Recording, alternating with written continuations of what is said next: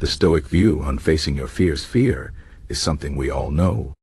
It is a shadow that follows us, whispering doubts into our ears. It tells us we are not strong enough, not good enough, that we will fail.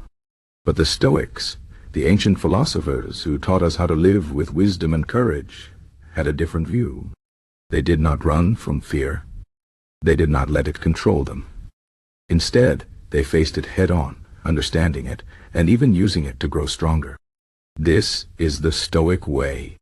Let me tell you a story about a man named Marcus. Marcus was not a famous philosopher or a great warrior. He was an ordinary man, like you and me. He lived in a small village, working as a blacksmith. His life was simple, but like everyone, he had his fears. He feared losing his workshop. He feared sickness. Most of all, he feared that one day he would not be strong enough to protect his family. These fears gnawed at him, keeping him awake at night. One evening, an old traveler came to Marcus's village. The man was known to be a Stoic, a follower of the teachings of Epictetus and Seneca. He spoke little, but when he did, his words carried weight. Marcus, troubled by his fears, decided to approach him. "Tell me," Marcus said, "how can I stop being afraid? My fears are like chains, holding me back." The old man looked at him calmly. "You cannot stop fear," he said. "Fear is natural. Even the bravest feel it. But you can change how you face it."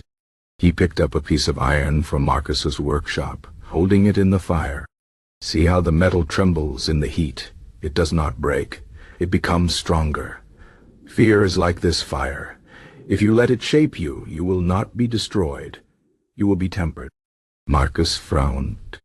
"But how? When fear comes, my mind races. I cannot think clearly." The old man nodded. "That is because you fight it. You try to push it away. But fear is not your enemy. It is a teacher. The Stoics say that fear shows us what we value. You fear losing your workshop because you value your work. You fear for your family because you love them. This is not weakness. This is understanding." He continued, "The first step is to separate what you control from what you do not. You do not control if sickness comes. You do not control if your workshop burns. But you control how you prepare, how you act, how you face these things. Focus on what is yours to command and let go of the rest." Marcus thought about this. "So I should not worry about the future?" "No," the old man said. "You should prepare, but not obsess.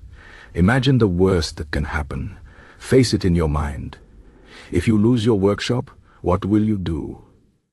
You will rebuild or find another way. If sickness comes, you will endure it. By accepting these possibilities, you take away their power to surprise you.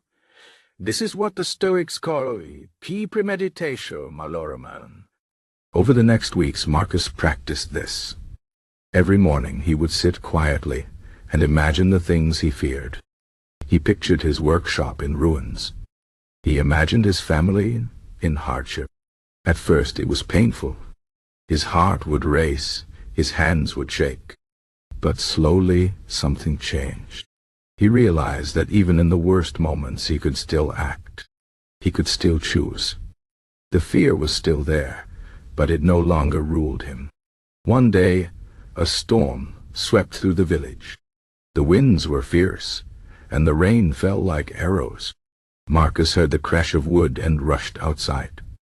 His workshop, the place he had feared losing, was damaged. The roof had collapsed. For a moment, his old fear gripped him. But then he remembered the Stoic teaching. He took a deep breath. This was the moment he had prepared for. He gathered his tools and began to work. He did not waste time cursing the storm or despairing over his loss. He focused on what he could do, one piece of wood at a time. His neighbors, seeing his calm, came to help. Together they rebuilt. Later, the old traveler returned. He saw the repaired workshop and nodded. "You understand now," he said. Marcus smiled. I do. Fear did not disappear, but now I walk with it instead of running away. The old man patted his shoulder. That is the Stoic way. Courage is not the absence of fear. It is acting despite it. Every time you face what frightens you, you grow stronger. Not because the world changes, but because you do. This is the lesson of the Stoics. Fear will always be a part of life, but we do not have to be its prisoner. We can examine it, learn from it, and let it shape us into wiser, stronger people. When we accept that some things are beyond our control, we free ourselves to focus on what we can change, our thoughts, our actions, our choices. So the next time fear whispers in your ear, do not hide. Stand firm. Ask yourself, what is the worst that can happen? And what will I do if it does? When you have the answer, you will find that fear no longer holds you back. It becomes just another challenge, another fire that tempers your spirit. This is the Stoic view on facing your fears, not with blind bravery, but with clear eyes and a steady heart. The world may be uncertain, but your resolve does not have to be.